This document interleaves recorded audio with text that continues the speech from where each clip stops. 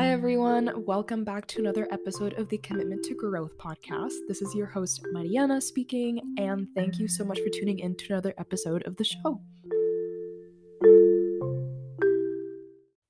Welcome back everyone. Happy day, happy morning, happy evening, whatever time of the day you're tuning into this. Today's Valentine's Day as I'm recording this, so hopefully if you're listening to this day after, you had a lovely Valentine's Day or you had a good Valentine's week. Whenever you're listening to this, hopefully you did lots of celebration around love and friends and family. And if you're in a relationship, hopefully you celebrate with the other person. Always remember that no matter the day, Valentine's Day or not, you are worthy of love each and every single day because that is a human birthright, and you are worthy of compassion and respect and kindness from yourself. So, hope you are engaging in self care consistently and that you remember that always that every day should be Valentine's Day when it comes to your relationship with yourself. So, um, that's on that. And now let's get into today's episode because I am so excited to be sharing this interview with all of you. This is the first of, well, I guess the second interview that I've had on the show since the rebrand of the podcast, the Commitment to Growth podcast. And over the last few weeks, I've had some of the most profound and amazing and transformative conversations with some incredible individuals on their journeys through healing, through self-development, through self-betterment, through towards their future selves. And this is one of those conversations that I think has so much power and such a great ability to touch people and to open the eyes of people listening to the importance of the healing journey, but also the importance of framing the healing journey in a way that is more liberating. And you'll see what I mean as you kind of continue through the podcast. So today I am super excited to be introducing you and talking with Katara Sky. Katara is a shamanic healer. She's a medicine woman, a spiritual teacher, and intuitive guide. She facilitates the journeys of individuals, especially those of transformation, by helping people find their truth. Her mission through her work is to transform people and to collectively better the world and live in harmony with nature. By doing this, Katara believes that the generations after us can live in greater connection with themselves, their ancestors, their land, and all their relations. And to be honest, I could not agree more, because the more work that we are putting into our own collective healing today, the more we are healing the collective communities around us. So in this conversation, we dove into all about that. We talk about the healing journey, Katara's own journey through spirituality, and how she settled upon shamanism and is now using it as her practice to help others heal and become more in tune with themselves, their intuition, their spirit, and their birthright, which is happiness and joy. So I am super excited to share this conversation with you. Get out a pen and a piece of paper because Katara drops some serious knowledge, and I hope that it touches you as much as it did me. So without further ado, let's get right into it. One more note, I do want to respectfully acknowledge that this episode was recorded on the land of the Lekwungen peoples, who are represented by the Songhees and Esquimalt nations, as well as the Wasanish peoples, who are represented by the Sartlip, Sayout, Saikum, Pakwachin, and Malahat nations. And I recognize that as an uninvited settler, I directly privilege from this unceded land. And today, I hope to use my voice on this platform and off this platform every single day to continue to amplify the voices of these communities instead of speaking over them. And I pledge and commit to continuing to listen to them to better understand the ways in which I can show up as an ally, as a settler that privileges from this land and from the collective past suffering that has plagued these communities for years and years. And as such, I offer my hand, I offer my support, and I offer my love to these communities as an ally that is standing here today, ready to help and ready to continue educating others on how they can also show up and be better allies in this movement towards collective healing, community leadership, and connectedness, and as such, a society that is equitable and equal for all. So, without further ado, let's dive into this conversation with Katara Sky. Katara, welcome to the Commitment to Growth podcast. It is so lovely to have you. How are you doing? I'm doing really well, thank you, and thank you for having me today. Yeah, of course. I am very excited to talk to you. Not only because you have a very, we'll say, diverse and like unique profile, but just because what you're teaching and from what I've seen that you're doing for the greater community as I've engaged like on your Instagram and online and stuff, I think you're transmitting a message about spirituality that is very um, unique, and it's going to hit home for a lot of people that are listening today. So I'm very excited for this conversation. I hope so. It's actually quite a journey to like figure out, okay, what is the message I'm transmitting and navigating in this sea of, many people are on their spiritual path and journey, and there's so much out there. So absolutely, I think just hearing my own voice of what is it that I want to transmit has been a self-discovery, let's call it. Yeah, absolutely. And it's hard to find just one thing, right? Oh, Especially as you go through the journey and you're learning more things. You're like, I want to show mhm. everybody all this stuff. So, Yeah. um, that's awesome. And I'll let you kind of tell us what that is. So why don't we start with your story? Tell us about you. Tell us about who you are and what got you to what you're doing today and why you're doing it today. In 5 minutes? No. As long as you need.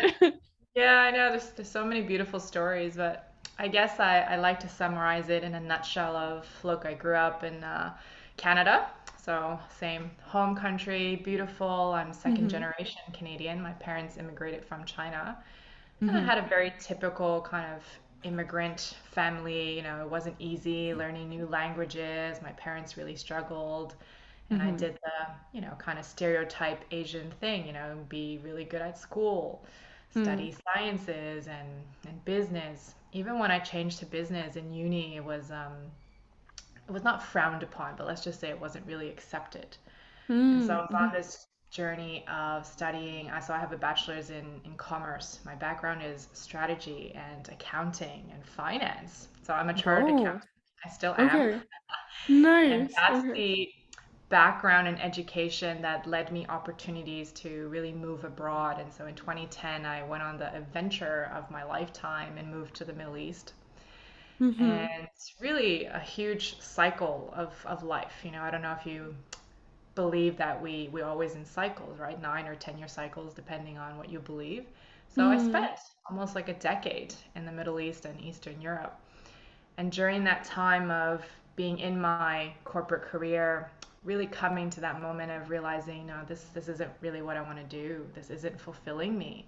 And so I guess it has been a personal growth, a soul growth kind of thing of really discovering what my passions are. So fast forward Hmm. to 2022, I find myself living in Sydney, Hmm. and I work as a healer, as a medicine woman, helping others on their journey of growth in all aspects. Whether you're more normies and corporate, or, Hmm. a little bit Yeah. more out there with the unicorns and the fairies. Like I kind of can cover a little bit of both. Yeah. Hmm. So yeah, a little bit different. From corporate to healer is kind of the Yeah. nutshell. That is so cool. That's so what an unlikely transition. I mean, not that anything is normal, right, in our world nowadays, True. but I love that. And I have a couple things I want to unpack there, but real quick, you mentioned the this idea that we go through cycles. I've Mhm. actually never heard that theory personally. So would you mind just explaining to us what that is real quick? Yeah, sure. Hmm. I believe that it's nature that we work in cycles. So I work a lot with nature, our true nature, the soul and divinity that we are. Okay. But we are part of nature all around, and nature is always in cycles. So let's Okay. look at us. We have a day, right? You have a cycle of a day, Hmm. but then you have a cycle of the month. And Hmm. as women, we have, our moon cycle as well. And Hmm. then a little bit more macro, you have the year. And in the year, you have seasons, don't you? And each of Hmm. these Hmm. cycles, there is kind of, let's call it the beginning and growth kind of energy. And as it reaches kind of a peak, and then it kind of goes down again. Think of the seasons. Hmm. Springtime, everything's blossoming, it's going, you're in the full bloom, and then it's a decline. And so Mm. if you then look at that and then a little bit more macro level, you have the life cycle, which is same, right? From childhood to whatever peak and, going down. This is natural. But within that, it's like a spiral journey. That's why our personal growth, it's never a linear line. I need to get from A to B. From A to B is going to be all these, diversions and things, but also Totally. that it's a spiral journey of our growth. And Mm. in that, Mhm. we go through cycles of our life. So I think, like, I'm not a huge person in numerology, but I think numerology might split things in 9-year cycles.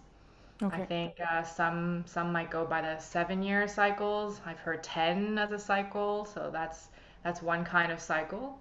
And then if you look at astrology, you also have cycles if you're looking at, where the sun and stars are. So for Mm. example, in your 26th or 27th year, we say this is our Saturn return every 26, 27 years.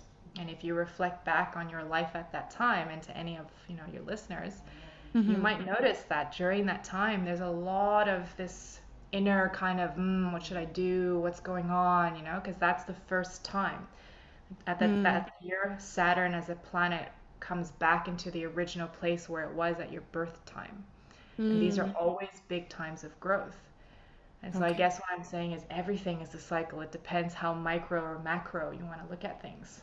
Mm. And to Okay. really work with it because it's the nature of cycle as opposed to going against it. Like what Mm. if you take a day, for example, mostly we're not sleeping at midday. Maybe after lunch, have a coffee nap, but Yeah. it's like it's the peak of the Mhm. day. So that's where Yeah. energy is, and your energy is rising. And whereas when you're at night, you don't want to be doing physical activity at 11 p.m. That's just not in line. So it's the same. We have to work with Mm. cycles and times. Does that make sense? Yeah, so just to clarify real quick, I that's such a beautiful way of aligning the human experience with nature. I think like I really admire that outlook. Um I guess my question is just to clarify, so every 10 years is like a specific cycle that we're going through. Like does that cycle have a name, or is it just like every 10 years it kind of resets? Is that the idea? I think this is more a numerology thing. So, Okay. for example, if you look up life path number or something, so we each have like a number as well. And so if you Mm. calculate the year this year with your birthday, you'll find out that I'm in a year one, for example. And you might be at the beginning of your cycle. And you can do that. Everyone can do that. Oh, I'll give you okay. that formula. So yeah, it's something that's very personal. So we're not all at the same time. Like even if you're the same Whoa. age as I am, we might be at a different place in our cycle. Okay. So I don't think it has a name per se, but it's like the year and the number that it is. Okay.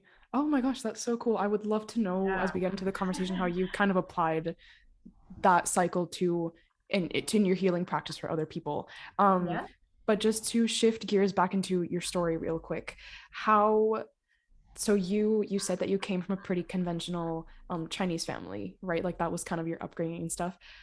In terms of you shifting from corporate to a healer to a medicine woman, um, how was that cultural shift for you, and how was that seen in the eyes of your family as a I don't choice? think they know. Okay, nobody say anything. I'm actually it's been a process. I Mm, think, as we grow, our biggest lesson probably is self-acceptance. Like, do we accept us for who we are? And when mm, we accept ourselves, and it doesn't really matter what anyone else accepts or how they see you. And part of my journey has been really wanting to be seen by others. Yeah, so mm-hmm, back then it might have been my partner. My God, how can you not see me in this way that I am? Okay. So that was mm-hmm. actually a reflection for myself to look at of you just see yourself for who you are. It doesn't need external validation. And so it's Oh this wow. probably the same with my parents. I would love them to know what I do. I mean, in general, I think they just know that I do some coaching or therapeutic work, but they don't actually know what I do. And one, I can't find the language to even describe it because I use Mm, English as my primary language. And mm-hmm, number two, it's like, it's okay, like we'll just connect where we connect. mm-hmm. So that transition and owning myself has been about owning that internal acceptance, has been about just accepting self and not needing all that external validation. and Mm, just mhm. going about it. And if they see my work, I mean, I've sent them. I've sometimes I share, oh, here's a sound healing, thing, and then I'm singing in it, and I kind of feel like crickets coming back. Like they don't know how to receive it. And that's Yeah. okay. That's okay. I would love them to understand the work, but if they don't, or anyone else out there, like let's say all my ex-colleagues in the corporate world, I'm sure that they might actually think, oh, okay, like she's and that's Mhm. okay. That's okay. That's part of Yeah, my process of really embracing the courage to love what I do and to just absolutely. not really care so much what others think. Yeah, totally. And I mean, that's so, I love everything you said there because I mean, I think to the people listening and to myself even, um, it can sound really sad, especially because it is your parents, right? And I'm sure that for a lot of people, it's those are two people that they would really want to be involved in these areas Mm, of our lives, right? But even if they're not, even if they don't understand, right? Like there's such a beauty in accepting that as long as you understand yourself and the why behind you doing things, like everything else just like loses importance, mm, significance, yeah. right? So I love that you took that or taking that approach to it still, and you're still getting so much fulfillment from it that it doesn't matter what people are thinking, it doesn't matter how people are perceiving what you're doing because you know so strongly like why Mm. you're doing it and why it brings you joy. So that's Oh, beautiful. I love that. thank you. It Hmm. takes a lot of work. Of course, of course. So tell us then how, so you moved to the Middle East and you've, I mean, I don't know if moving to the Middle East was your transition into what you're doing now, but tell us how you transitioned into the work that you're doing and how that allowed you, or how this work allowed you to start getting that self-validation, to start seeing yourself like you described. Mm. Mm-hmm. I guess it's that path, the getting to know yourself, this thing called inner work. And Mm-hmm. rewind 5 years, I would have had no idea what this word even means. For Mm-hmm. me, it was, on a more day-to-day level, what were the things I was feeling? And it was the things I mentioned of not feeling fulfilled, not Mm-hmm. feeling that this is it. This is not it. Even on the outside, everything seemed really lovely. I had a great job, I had a great relationship. Like I was traveling all the time because I worked for an airline. So on the surface, everything appeared really good. But it was Mm-hmm. what I was feeling and Mm-hmm. not really being able to put a finger on it, but then wanting to do something about it. So that led to what we generally call our spiritual path, because I think we're all on a spiritual path. We're spiritual beings, okay? We're not, we have an animation in us, so we're all spiritual. Mm-hmm. And it's actually chasing these things that help me to answer those questions. And so maybe in a typical way too, it's like, okay, do more yoga, do more meditation. And in that journey, it's being exposed to different philosophies, okay? Yogic Mm-hmm. philosophy, amazing. The first time I went to a yoga teacher training, I was blown away by, oh my God, all these, old texts and all this wisdom and how to live life and the philosophies. It Yeah. was my first kind of entry into that. And then Mm-hmm. I did some qigong training, which was Chinese Mm-hmm. philosophy, Taoist philosophy, cultural stuff, and seeing how that spirit part had been taken out of it as well in modern day qigong, or even modern day, China maybe, Mm-hmm. and thinking, wow, like the backbone of that is shamanic. Shamanic means we recognize a spirit in all things and we live according to nature. Mm-hmm. So then it makes me really wonder, it's like, why are we so disconnected from our true nature, from the nature around us? And so Mm-hmm. it's that continuous quest to answer the questions, which led me from one training to another. And then looking at myself of, okay, what makes me not want to take this path? What is keeping me from that fear of doing something new? Why am I responding in this way of, my parents not knowing what I do? And so all of these questions and things that come up are opportunities for us to reflect on self, are opportunities for us to grow. And Yeah, I guess after absolutely. probably thousands of these questions, at the end of Mm-hmm. it, it's like really knowing, okay, this is what I choose to do because it's what I'm meant to do. I'm hearing the voice of my soul and my mission, and knowing that this is the path. But it Mm-hmm. takes all of that whole period of questioning, what I call Mm-hmm. your inner work. And it never stops. Sorry, listeners, it never stops. We're No, always totally. Yeah. on a growth journey. Mm-hmm. So it's asking questions, asking the right questions, and then actually having the Yeah. courage to see where those questions lead you to. Absolutely. I think that is at the root of like trying and failing and or trying and not liking so many things, right? Like just like a career. Mm, One of a career, be it school, like whatever it is that you're trying to find your greater purpose, right? yeah. One of my favorite questions by one of my favorite authors, Glennon Doyle, is when she asks, when she's kind of prompting you to reflect on why you're choosing a career, why you're doing what you're doing. Like when you're reflecting on your why is what breaks your heart about the world, right? And that Mm, answer is what you're trying to solve. That's probably what you should gear your purpose and your why towards, right? And so I think that embracing that it takes that continuous like undoing, untaming of the self to get to that mm, deeper reason, uh, it liberates you from the stress of having to pick it right away and then shaming yourself because you haven't found it or not. I think it really is grounded in the kinds of questions that you're asking yourself. So, yeah. I think mm-hmm. that's a great question. What's breaking your heart? It's a really good one. It is a really good Yeah, question. I Yeah, like it. I might it borrow it. yeah, please I do. might It go prompts deep me into every that and single see what's really there now. yeah, totally. It prompts me every single time. So, um, in that, so building off of that, can you tell us about shamanism and what you're doing now after going through that journey of those thousand questions that you asked yourself? Hmm. Yeah. Shamanism was probably the last trainings that I've Mm. done to help me reconnect back to nature. Okay. And I think this connection to spirit, to the soul, to whatever is, source, whatever you call it, universe, the Tao, Hmm. source, the creation, whatever you call it, God. It's literally the direct experience of having that connection, as Mm. opposed to reading scripture, being told by other authority figures of the divine.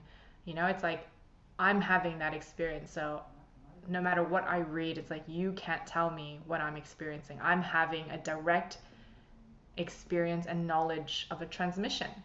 Hmm. And I think that's what shamanism can really help people to shift from, let's call it a non believer, to a believer of something. When you have an Mm. experience, like how can someone tell you that no, you did not have it? Yeah. So it really just landed for me of when I was having those experiences of, oh, this is what it means. And Hmm. so, really being able to, again, very subtly relearn all these ways of how we can connect to listening to the messages of the divine in whatever way. Some people do it through prayer, some people do it through dance, ecstatic dance, some people do it Mm. through journeys. There's so many ways that we can.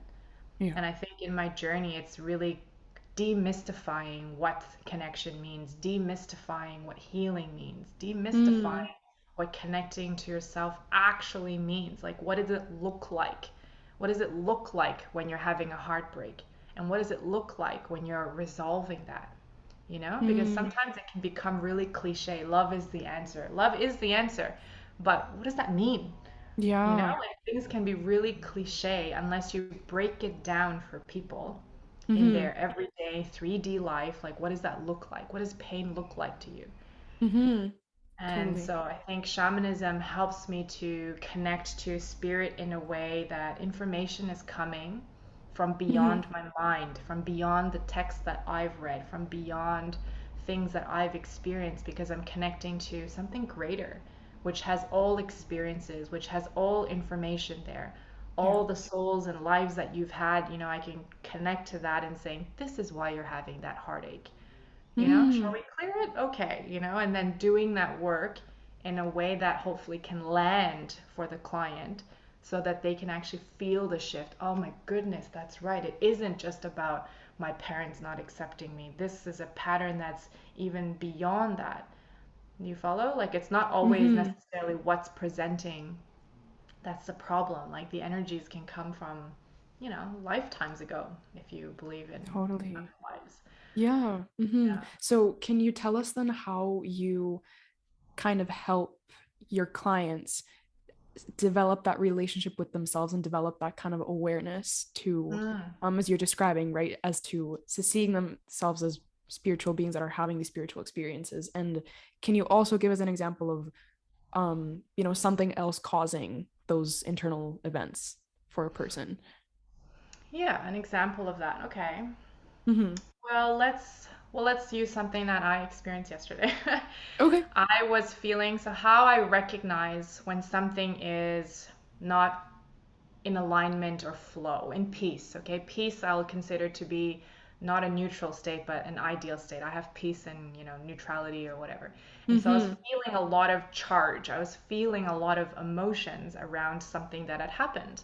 Okay. And this person who is only the external trigger, and I know that it's never about that person, it's just that they're the physical event that happened to make me look at it to say what's really there. And so it really triggered me of like, why am I still angry at this person 2 weeks after the event? And Mm-hmm. so I have a regular thing with one of my shamanic sisters. We come together. We do a bit of tuning in for each other because we all have shadows. Like I can't always see. I suspect that it's this issue, but we kind of help each other. So kind of like a swap. And Okay. so as we're looking into it, the core energy of it was that it was the energy of I'm not being seen. I am taking on responsibility and I don't like it. I didn't like Mm. having this responsibility. And Okay. then we went back to events in childhood of, well, how did it feel back then? Did you feel that you took a lot of responsibility for your family, for your brother, and blah, blah, blah? And I'm like, yeah, totally. And then very quickly from childhood, it just jumped into, a past life or more archetypal energy that I came into this life with an energy of I need to work really hard. I need to work Mm. really hard for my money and I have all this responsibility. That's really like what came through. And yet how it manifested in my life was simply that I was angry at this person. Okay. So, imagine if you just get stuck for a year having a grudge on someone or being angry and Mm-hmm. not knowing that, well, it could have been easily resolved because it's some energetic pattern that's stuck. But maybe the average person won't think like that, they just hold a grudge. And I still have people holding grudges against me, you Mm-hmm. know? Does that make Yeah. sense? It's like you don't know what it could be. So how do I help people? It's helping you to see, okay, so what's presenting? What's the energy? What's the emotion? And then being able to see with my inner eyes and being able to track it back to something that helps them to realize, well, it's not that, it's this. Let's look Okay. at this. Okay. Beautiful. So how do you untangle those emotions to then get to the root cause? Like how do you know if it's something that the person went through, if it's something completely external, or Mm. could it be both? Well, it can be anything. So the beauty of Mm. working with spirit is that I don't need to take your life story in an intake. You would Mm-hmm. come and you would say, Kat, I'm feeling really angry about something, and it's very highly charged, and it's been 2 weeks. That's pretty much, I mean, I'll get a little bit of background, maybe 5 minutes or something, and then we Okay. open the container of healing, of energy, of sacred space in which we work, and then we ask spirit, show me. Mm. I mean, literally, my first question is, show me. And in my inner world, and we all have this ability, by the way, we all have it. We just need to relearn it to understand how intuition and this kind of channeling and connection to source comes in. We all can do it. So in my inner visions and inner knowing and all that, it will show me. It will literally show me, Mm. okay, and it jumps back to childhood and I might see a story or I might get words that come into my mind or I Okay. might feel it in my body and I just start describing it. So we are the vessels. So in any shamanic practice, we are the channels. So what that means is it's going to come out through my voice. It's going to come out through my actions and how I actually hold space in a physical and energetic way. But the information, the guidance, the energy that comes through is from spirit. So it's not from my Mm. mind that I'm dissecting according to whatever model of psychology in your mind, and I'm telling you, oh, anger comes from a place of no. It's more Mm-hmm. like coming from, okay, this is what I'm seeing, sensing, feeling, and then making sure that, hey, client, do you feel that? Does that Mhm. resonate with you? So it's with our inner eyes and knowing, an ability to hear and see everything that's not there on the surface. Hmm. Does that make Okay. sense? It does. Yeah, that's very I don't know if like mystical is the word. I don't want to paint it as like something out of this I know, world and at that's all. why I use those But words. It's demystifying because yeah. some of Mhm. us have we have the idea that, oh, those people do that kind of work, the medicine people, the shamans, the Totally. Yeah. intuitive whatever, the healers. And yes, we are the ones that are doing it, but because we've developed those skills, just like you go to school and you learn something. Yeah, we went Yeah. to school and we relearned these abilities. And Mhm. so part of how I like to help people is reconnecting them to your inner senses. It Yeah. doesn't mean that you stop seeing other healers or facilitators. I still see people all the time because it's Mhm. a continuous growth journey. And it's Totally. also healthy to not try to fix everything yourself, Why don't we be in receivership and actually allow ourselves, okay, you look for me, you tell me? Mhm. So it's helping people to connect to that language of intuition and understanding how information comes through for you so that you Yeah. can uniquely know, oh, it's this. And then in Yeah. session, like it's a sharing of information. Like I'm always checking in to say, and how are you resonating with that? What's right? What's not right? What's come up for you now? And so Mhm. sessions are always interactive. We need to have a conversation. Energy is flowing all the time. Mhm. That's so incredible and I love that so much because I feel like it's such a way to recognize that we've always been capable of doing this, Mhm. but because at least in kind of first world dominant societies, we've shifted to that kind of Western medicine approach of Yeah. take these pills, go to the I doctor kind of know. thing. And while there are benefits to that, especially if you don't have a science background and you need a prescription for something, uh, when we understand that we can be that healer for ourselves, if we just take, like, sometimes all it takes is listening, right? Yep. Because, like you said, it's so many of the things that we experience in terms of emotions, in terms of feelings, in terms of energy, call it what you will, on a day to day, are just manifestations of things that we have so suppressed within Mhm. us that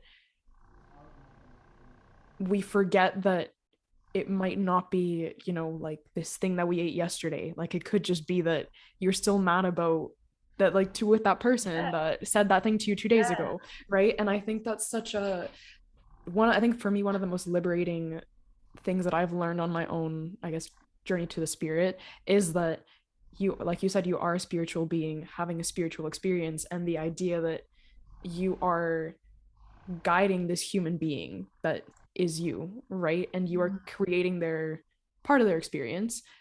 So how can you nurture that human being? How can that human being look Mhm. to you in times of need? So I think that approaching it from that and just looking at these experiences, these emotions that you work with people to look at, to resolve, as let's just talk about it openly, let's just see what resonates, let's see what comes up for us, kind of thing. Yeah. So that's such a natural, beautiful approach to the healing process. Mm-hmm. Mhm. I mean, it's like, you don't always have to go to a healer. Think of times when you felt really down, and who do you call? You call one of your, I don't know, family member, you call your bestie, you call your partner, because Mm-hmm. they're that shoulder to lean on, Yeah. and that is healing. Oh, I'm gonna go for a run, I'm gonna go to the beach, I'm gonna take a, salt bath. Those are healing things. And so Mm-hmm. again, coming to demystify healing, anything that is helping you to come back to a place of peace, Mm-hmm. centeredness, and balance can be healing. Yeah. So yeah, take your baths, go for your walks, call your bestie. And Mm-hmm. when you need that extra work, that extra facilitation of, I'm really willing to go deeper into this now, yeah, call your healer, Mm-hmm. call your teacher, call your facilitator. Like Yeah. I think we all can get caught up in titles, and sometimes I don't even like the title healer, but I say it because people understand, a bit more of what it is. But you are your own healer. Mm-hmm. We are just guiding you a bit to, okay, now look at this. but you have to go and experience it. You have to have the direct experience, and it's not going to Yeah. come in, take a pill, everything's going to be fine. It's not. We Mm-mm. work on the body, the mind, the spirit, Yeah. right? It is body, mind, spirit. It's so cliche until you can truly understand what is it and the things that we have to take care in our body.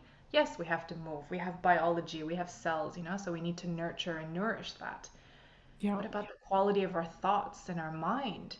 Yeah. Are we watering that? Are we taking care? How do you do a health check? It isn't, you're not going to put it on a scale and check how much it weighs. It's like, how do you weigh? How do you measure the health of your mind? And then you go Mm-hmm. even more subtle. How do you measure the health of spirit? And so we don't Mm. necessarily, we're not taught these things. Maybe now it's like, oh, our frequency level, our vibration, but they're not things that you can visibly see with your eye. And so, how do you Mm-hmm. recognize it? Well, actually, it's easy. When you meet Mm-hmm. someone and they just seem dark and unhealthy and just like a dark cloud over them, you sense that without even knowing what's going on for that person. Mm-hmm. Or you might meet someone who is vivacious and vibrant and you can see the light in their eyes. That is a measure of how Mm. aligned body, mind, spirit can be and where they are. Is spirit home or are they not? You can see it in their eyes. Yeah. So, yeah, just things that we don't always really think about, or we certainly don't learn about measuring the health of spirit or soul. No, it's never, I don't think I've ever heard of that concept. How, like, how would you say, other than sensing people's moods, their own energies, how else would you say that we can do that for ourselves?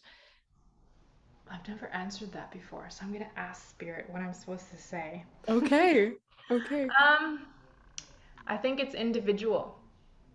Yeah, So if I you can ask imagine. me what's my highest potential of my vibration and frequency, then I would drop into it and saying, when I am healthy, I'm feeling light. I'm feeling expansive. I feel love. I feel, I said expansive.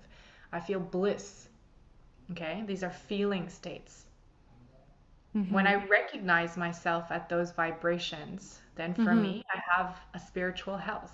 Yeah. If I'm reflecting on myself now and it's like I feel heavy, I feel constricted, I feel lack, I feel all those things, then I know that, okay, there's something that needs to improve or be released or be worked on until I can return to what I perceive to be a higher state. And Mm-hmm. so for a moment, what if I asked you and I say, Mariana, what state of feeling would you most want to be in? Mm-hmm. White sheet of paper and you can just imagine it, what would it be? Yeah. First thing that comes to mind. Yeah. It's really, it's so funny that you asked me that because I was just about to say that what you describe there, like that feeling of bliss and peace, um, I like that whole time I was thinking, oh my gosh, me too. I think for me, if I had to pick one word, it would be openness. Like that's how I describe it, just being in constant mode of receiving and a constant mode of Yeah. giving to other people, of being open to experience, to feelings, to emotions, negative or not, Mm, right? yeah. But I think, and then when you described how you feel negative emotions and like how you know that you're not in that desired state, that constricting, that non-expansiveness, I was like, oh my gosh, that's exactly how I feel. And I think that Maybe was I was so, already picking up on yeah, that. that was so exemplary to me of, wow, like we may all use different adjectives to describe Yeah. it, but clearly like all humans are like, we all have this very similar ideal desired state of being and feeling, Mm, right? Even if we describe it differently. So, but yeah, mine would be openness. Mm-hmm. yeah.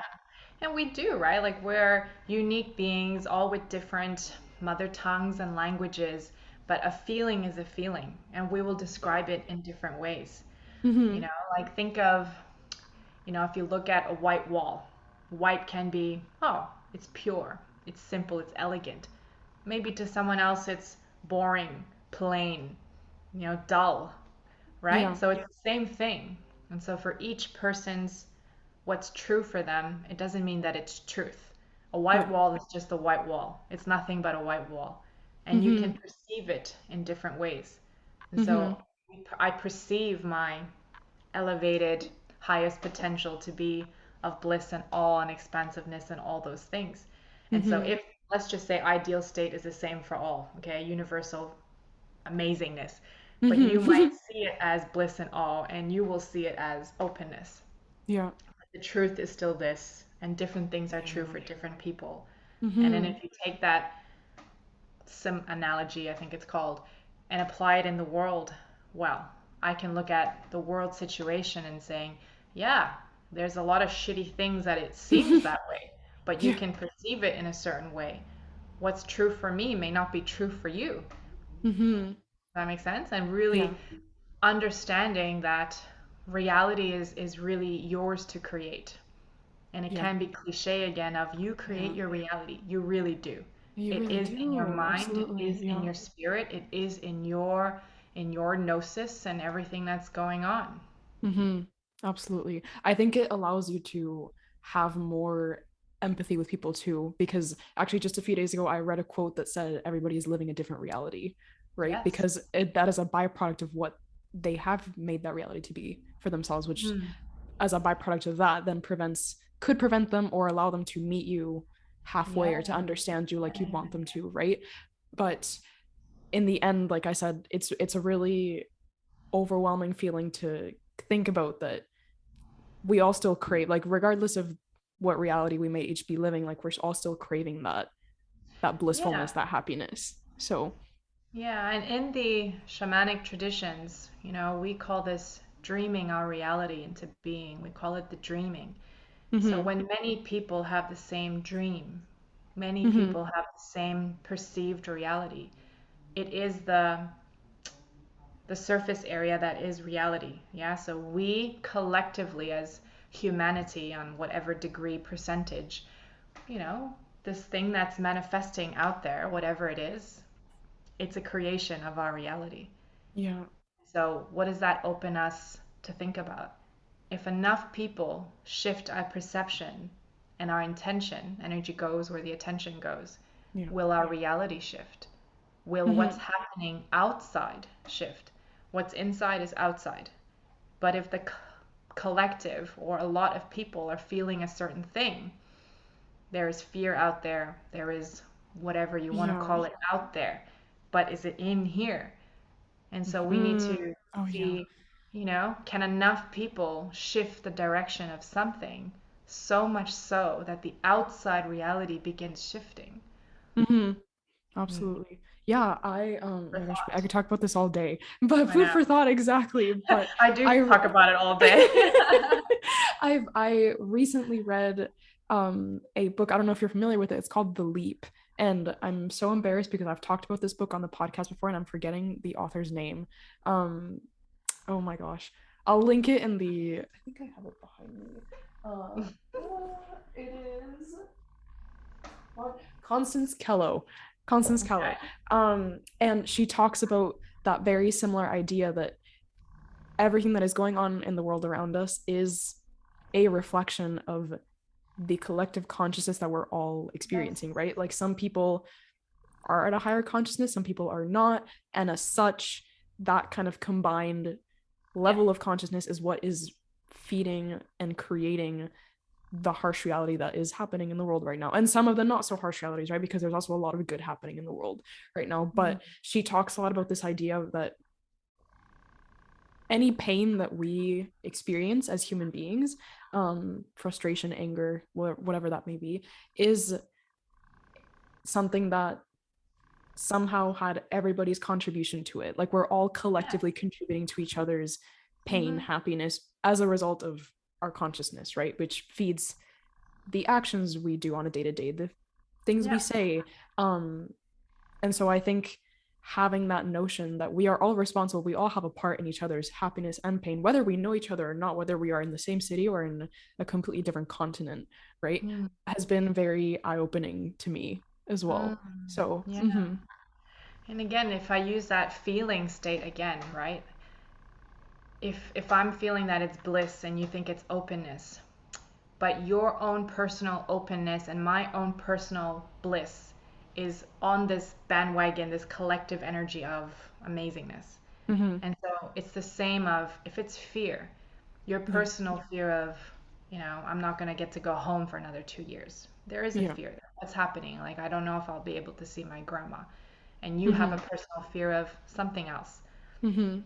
You know, that's still part of this collective energy. And so, Mhm. what can we do about it? Or at least what I see is you can only work on yourself.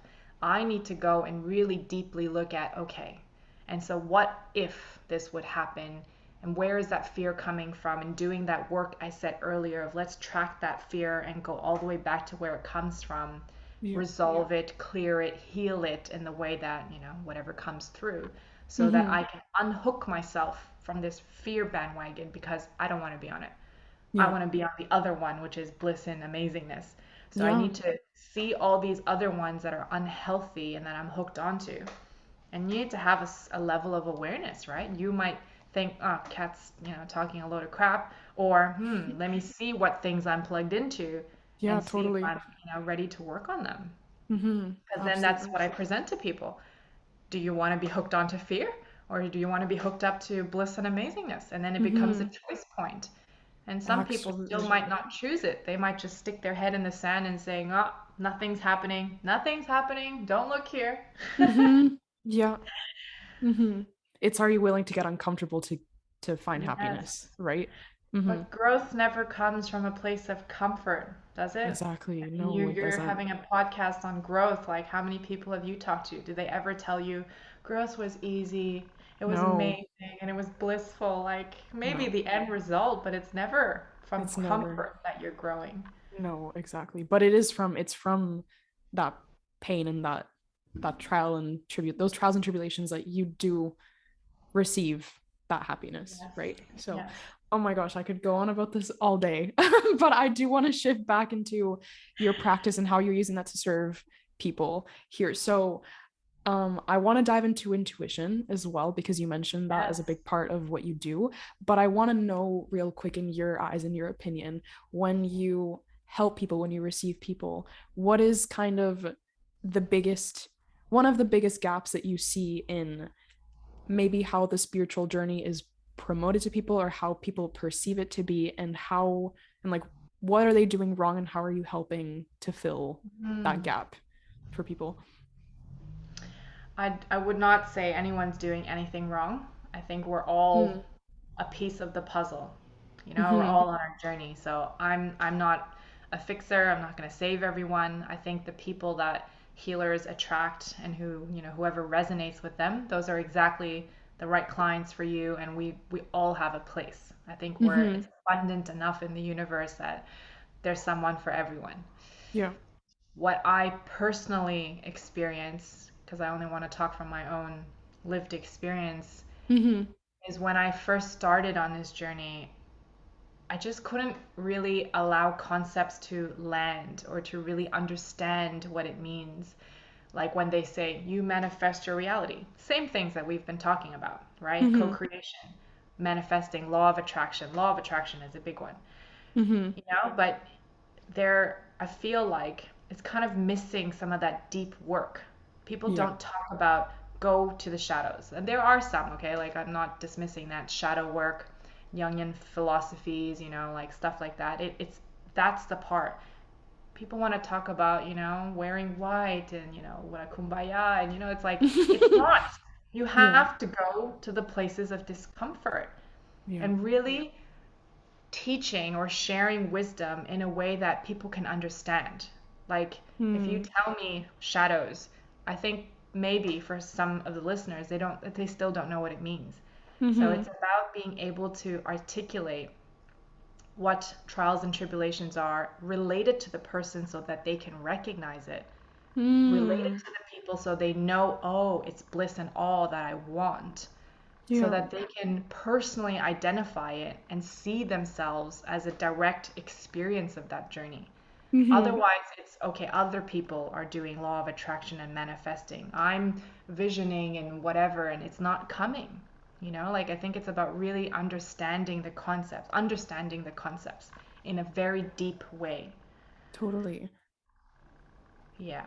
That's what I Mm-hmm. struggled with when I started. It's like not understanding, like, okay, so what does that actually mean?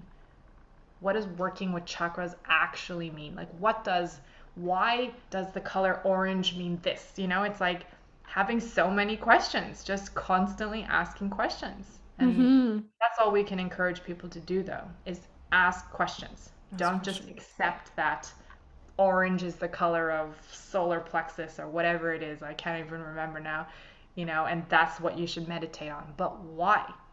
Ah, Like I always absolutely. have that question, but why? Mm-hmm. Well, that's Until you know the why and it works for you, then I can say confidently, yes, use orange because yes. I know why. Mm-hmm. Other than that, then it's just reading a book and they said orange and I'm gonna go ahead with it.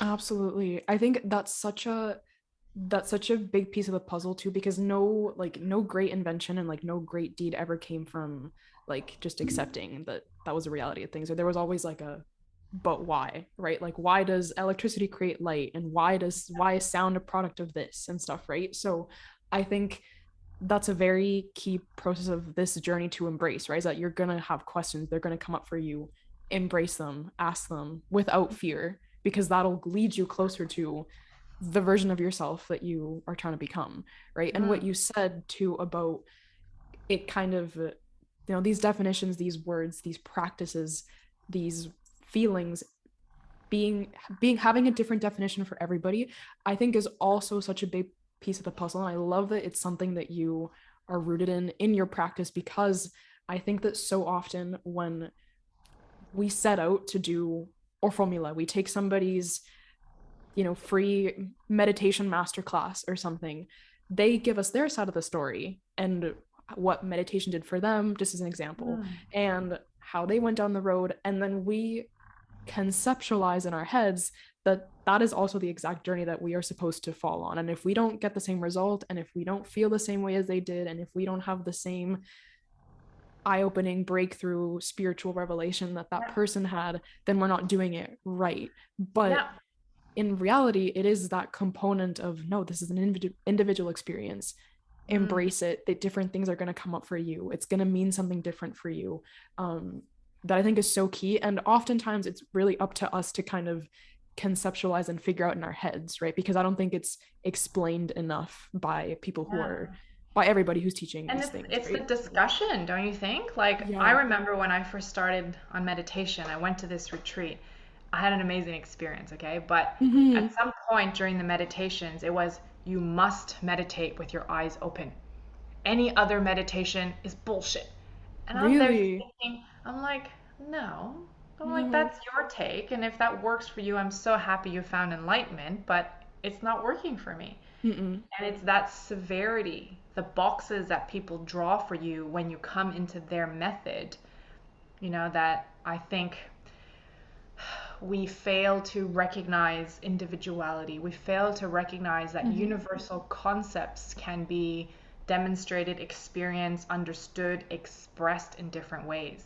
Yeah. And so energy healing can be expressed through Reiki, can be expressed through reconnective healing, expressed through shamanic healing, like the 20,000, ways of energy modalities that are certified out there. And I Mm-hmm. think that there is a place for all of them. If Mm-hmm. you like how that person has put the system and it resonates with you, go for it. There is Mm-hmm. no one way. And that's probably why I needed to train in a few different things so that I can know for myself, all right, when I need to use Reiki, I will. When I need to use this, I will. And now, because shamanism is my umbrella, which means that spirit tells me what I need and what I need to say or do, then I don't need to default to any modality. Mm-hmm. So I encourage everyone to try everything. And Yeah. when something sticks, go for it. And if you don't Yeah. like to meditate with your eyes open, don't do it. And if you can't sit in lotus pose, don't do it. And if you fall Mm-hmm. asleep, cool. Like everything is allowed. This is part of the human experience. Yeah, absolutely. Absolutely. And I think it's embracing that individuality that is what's gonna reap the best results for you, not the Yeah. results that somebody else told you that you should or could have, Well, this is right? the thing, right? It's encouraging conversation that people understand expression and how it's different. I think Yeah, that's one of the things that was missing in some trainings, let's call it. totally. Absolutely. Um, Yeah, I couldn't agree more. That's beautiful. I want to shift into intuition as kind of the last area for us to touch on because I recognize we're running out of time here. So what I want to know is how you define intuition and how you are training people to develop that relationship with their own intuition in your Yeah. practice. Mm-hmm. Intuition is being able to receive, obtain information from a way that is outside of any potential logical way.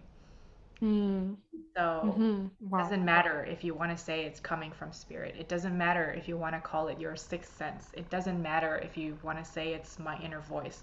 It doesn't Mm-hmm. matter. It's just information that is coming from a place that is not your knowledge. You couldn't Mm-hmm. possibly have known something. Yeah. And so the way that I share that with people is connecting them back to their inner intuitive senses.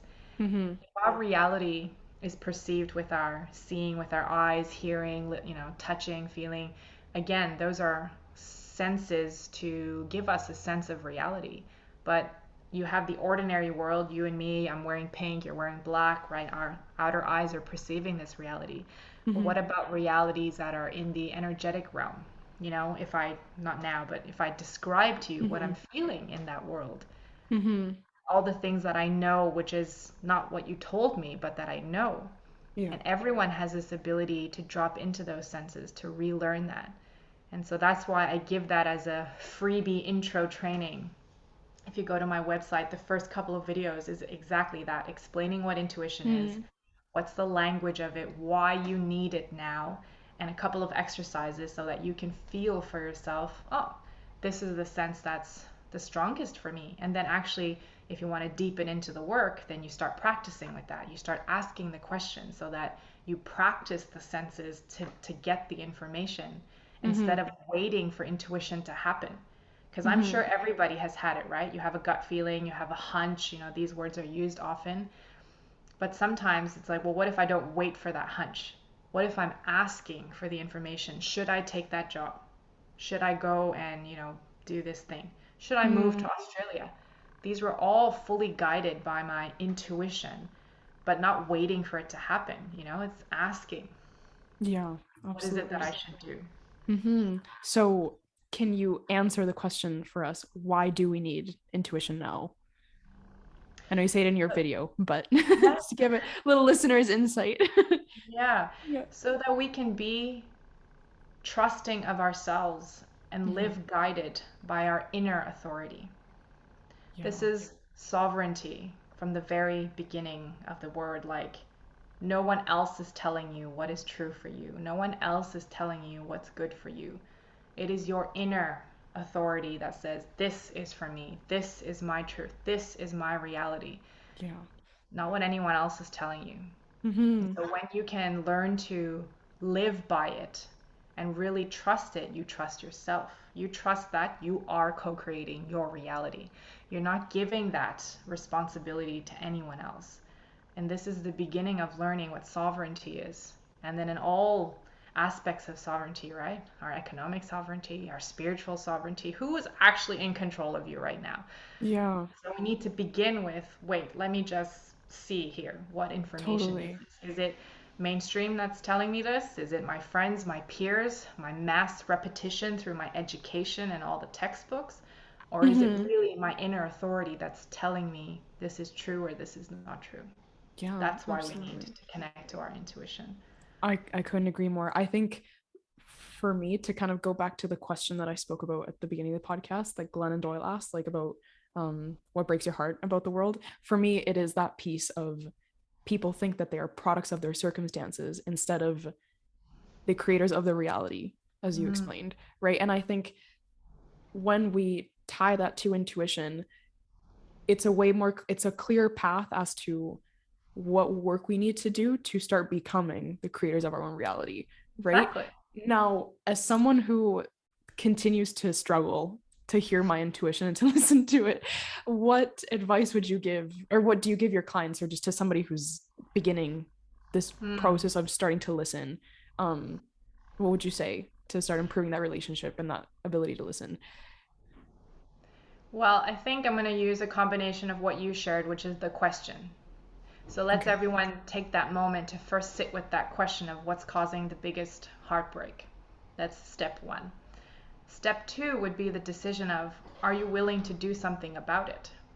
Because if you're not, then you're comfortable and you can stay where you are and it's all good.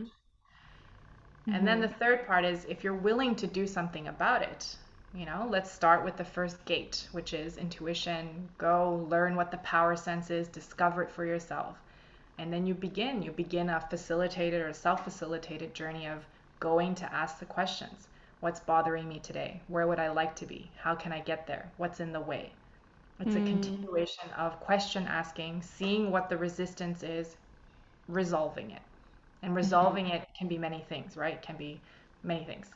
So it all starts with identifying that there is a challenge, a pain point, a heartbreak, in your words, right? Mm-hmm. For me, it could be maybe not a heartache, but if I'm not at bliss and awe, there's something in the way. And so I'm just going to work on what's in the way. So for Mm-hmm. everyone to identify for themselves, what's that heartache or what's that thing they want to get to? And are you willing to do something about it? And then choosing something. Again, read a Absolutely. book, go on a retreat, call a friend, book a session, whatever it is, do something about it. Things are not Mm-hmm. just going to happen if you don't do anything about it. Yeah, absolutely. And I think it enriches the journey so much more, right? Because when you are acting, when you are trying to answer that question from a place of intuition, like you answer it, the path kind of carves itself out, Yeah, right? yeah, So yeah, I love that. Thank you for sharing. I'm gonna remember that the next time I can't tell if it's my anxiety or my intuition. yes. um, so uh as a tradition on the podcast, before I let you go for the day, we do have a rapid fire round of 3 questions, which it's not like you have to answer them in a sentence or word or something, but it's just kind of like the first answer that pops in your mind. So I have Sure. 3. The first 2 I ask every guest, and the third one is individual for every Mhm. guest. All So right. the first one I will ask you, Katara Sky, is what is your favorite quote or a quote that you live by in your day to day? Well, the first one that came to mind, and I don't even know, I don't think it's mine, but it's one that I already shared earlier when we spoke, is that when you can deeply accept yourself, the world accepts you. Hmm. I don't think that that's mine. I must have borrowed it from somewhere. Either way, that's so beautiful. That's so beautiful. That really hit home. Thank you for Mm. sharing that. I hope the people listening like that struck something in you because that's really profound. Thank you. All right. Question number 2 is what song is currently stuck in your head? None. None. None. I No. don't listen to any mainstream music at all. So when you Okay. ask that, song that actually comes to mind is actually, so I use a lot of sound. I sing a lot, but I just make sounds. Like literally there's no words. So when you said that, I can just hear myself making song. In shamanic Okay. traditions, we say it's catching a song. There's a song waiting to come out. So I just heard the next song that was catching, but I don't Okay. listen to any music. Hey, no, that's totally fair. So is that just like real quick, is that your own music that you kind of make like as the feelings come to you, or is that Yeah, songs that you hear it's from other it's people? it's expressing. No, I don't. I don't. Okay, that's not true. I do use words sometimes, but it's Okay. like making sound just with my, because we are an instrument. And so let's Mm-hmm. say, it's part of my healing. So if you were feeling anxiety, I Mm-hmm. channel sound to help release anxiety. It's Okay. completely channeled and intuitive. I don't know That's so what sound I'm going cool. to make until I make it. Okay. Then you're always living life on the edge, right? Yeah, kind of. That's awesome. That's awesome. All right. Your third question is what does self-acceptance mean to you? Self acceptance means loving all the bits and pieces of self, all the great things, all the things that make me not like myself that I haven't yet owned. It's like Mm, really being able to own everything. And at times, as we're still struggling through some things, we don't own it yet. Like I haven't owned a part of me that's, I don't know, the control freak. I'm still working on that, still trying to resolve it. But mm-hmm. self acceptance means I see my flaws, I see my faults all as opportunities to grow and all as aspects of self. And really just having compassion to allow everything to be and not just be the shiny, bright rainbows and skittles kind of thing, you know? It's like Yeah. welcoming everything. Everything that is there is okay. That's Mm-hmm. self-acceptance. Totally. Yeah. I think that's a principle that I personally, and I know many others who are listening can probably relate to this. It's a principle that it's so hard to embrace. This idea that you you can still love the parts of yourself that you perceive to be undesirable while working to resolve them, Yeah. to better It's them, hard. right? It's hard, totally, but it's what enriches that experience of getting to where you want to be. Like once you own them, once you recognize them, once you learn to not just coexist with them, but like to befriend them almost, Yes. Yes. you develop that closer relationship with yourself and that ability to see yourself, Yeah. right? So Agreed. I love that. Well, Katara, before you leave us for today, where can people find you outside of this podcast? Come find me on katarasky.com where you have your freebie to discover your intuitive power sense. I'm so excited to check it And out yeah, after you this. should. Holy Everyone smokes. should. Yeah. Mhm. And then find me on Instagram. I am Katara Sky. Beautiful. I will link that all in the podcast description so the people listening can have access to that. And this was such a beautiful conversation. Thank you so much for being here. And I hope to see you very soon on the Commitment to Growth podcast. Thank you. Thank you.